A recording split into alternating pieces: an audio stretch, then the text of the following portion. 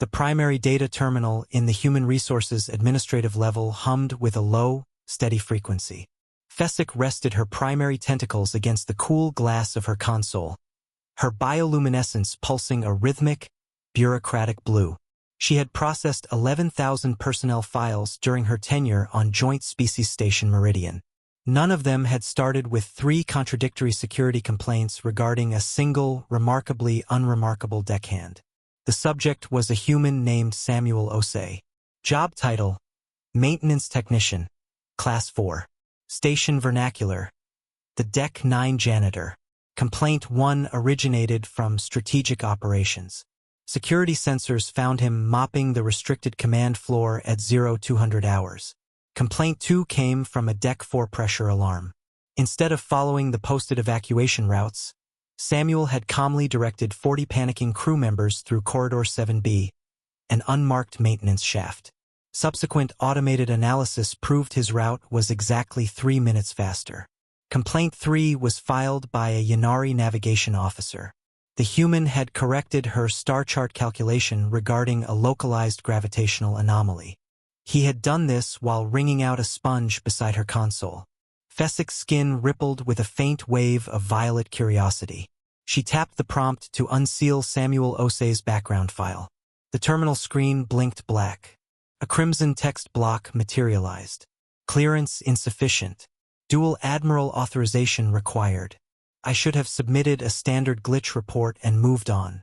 The fact that I did not is the reason this record exists, and I promise you will want to hear where this audit leads. Tinnik, the 10-year-old Ilari intern, dropped a stack of physical requisition forms onto the desk. The sharp thud of the paper sounded absurdly mundane against the glaring red authorization lock. Fesic's bioluminescence fractured, the calm blue draining into a sharp, uneasy pale amber. She routed the screen to Station Commander Drellick. The tall, antlered Yanari input his command-level override, a code that granted him absolute access to the histories of 2,200 crew members. Access denied. Drellick sent an encrypted inquiry directly to Human Fleet Command. The response did not arrive for 11 hours. When the terminal finally chimed, it did not provide a data packet. It opened a live, heavily encrypted holographic link. A human materialized in the projection field. The insignia on his collar indicated the rank of Admiral. He did not ask for Drellick. He did not ask for a situational report. He looked directly at the HR node. "Which one of you filed the complaints?" he asked, which meant the protocols were entirely inverted. Not, which complaints. Not what happened. Just, who complained. About a janitor. Tinnik paused her sorting, her small tentacles clutching a beige folder. That's a very high rank for a janitor question. The silence stretching from the hologram carried the weight of a submerged dreadnought. Fesic's amber hue brightened, pulsing erratically as she transmitted the 3 incident reports. Admiral Chun read them. His expression did not change, but he tapped a command sequence on his end.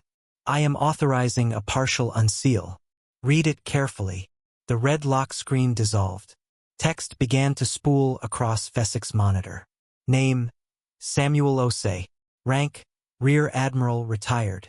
Service duration: 34 standard years. Fesic's color snapped to a blinding, continuous white. Her processing nodes struggled to reconcile the text with the security footage attached to the complaints. In the video thumbnail, the human leaned heavily on a standard issue mop. The handle was wrapped tightly in faded, olive drab grip tape. The file continued scrolling. Campaigns. Redacted, but the total count was visible at 11. Commendations. Redacted. Total count 23. Crew survival rate across all active engagements: 97.1%. A small note at the bottom indicated a voluntary demotion request filed 3 years ago. The stated reason merely referenced a sealed Addendum 7. Admiral Chun leaned forward within the holographic projection. Samuel Osei served with distinction for 34 years. His 11 classified operations are credited with preserving the territorial integrity of 3 entire star systems.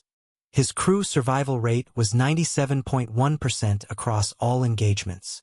Chun paused, letting the statistical impossibility of that number settle.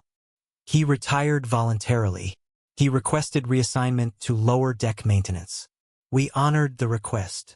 Fessek's chromatophores flushed a stark, unyielding white. Why? Addendum 7 is sealed for his privacy.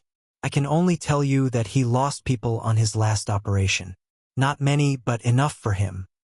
He chose a post where his sole responsibility was to fix broken conduits and scrub plating. Chun looked down.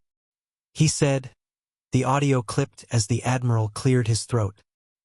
He said he wanted to do a job where nobody dies if he makes a mistake. Commander Drellick, a leader responsible for 2,000 lives daily, sat in absolute silence. Across the desk, Tinnick's stylus stopped moving against her physical filing stack. Fessek pulled the 3 original complaints back onto her screen, reevaluating the text through the lens of a flag officer's history. Everything shifted. Samuel was not wandering strategic operations aimlessly at 0200 hours. He had recognized a microcalibration drift on a secondary sensor array, exactly the type of cascading alignment failure that typically precedes a catastrophic life support vent, choosing to report the anomaly through routine civilian maintenance channels before quietly correcting the fault himself. The unmarked evacuation route on Deck 4 was not a lucky guess. He had simply memorized the station's structural schematic during his first week of employment, a standard security protocol for any admiral boarding a new vessel. The star chart correction required intimate knowledge of a classified subspace anomaly. He knew the coordinates because he had commanded the dreadnought that first mapped it. They were not complaints. He was still protecting his crew. Fessek requested a mandatory performance review. Samuel arrived 20 minutes later, leaning on the faded tape of his mop handle, his right leg favoring an old shrapnel wound.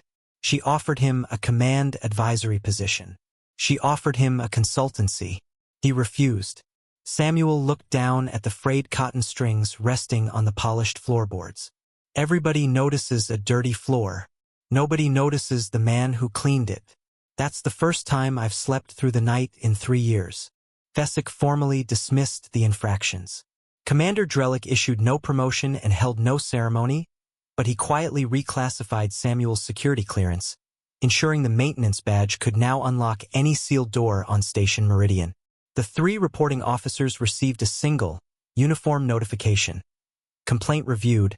Personnel file exceeds your clearance to discuss. Matter closed. At Samuel's subtle request, a young technician named Mwangi was permanently reassigned to his maintenance rotation. Fessek compiled her final administrative report. The data painted a staggering portrait: 34 years of active combat, 23 commendations, and a classified file requiring dual admiral authorization, one of only 3 such locks in the active fleet. His post-retirement record documented 3 years with 0 sick days, 14 unreported critical system corrections, 1 mass evacuation optimization, and 1 classified navigation adjustment. Fessek set his official maintenance performance rating to satisfactory, the exact passing grade he had requested. Below the official sign-off, Fessek added a final annotation. He could command the station. He chose to clean it. I will not be filing a recommendation for reassignment. During the late shift on Deck 9, Fessek passed the open maintenance closet. Samuel's mop leaned against the bulkhead, the faded olive-drab grip tape illuminated by an overhead bulb. Beside it sat a small framed photograph. Security protocols obscured the faces, but one pair of hands rested on a warship command console, wrapped in the exact same tape. Beneath the photo, Specialist Mwangi sat quietly, taking notes while Samuel pointed out the mechanical workings of an atmospheric pressure gauge. The old man's limp looked less severe tonight. 2 levels up, Tinnick sorted her physical files, placing one beige folder into a brand new category: files that are bigger than their rank.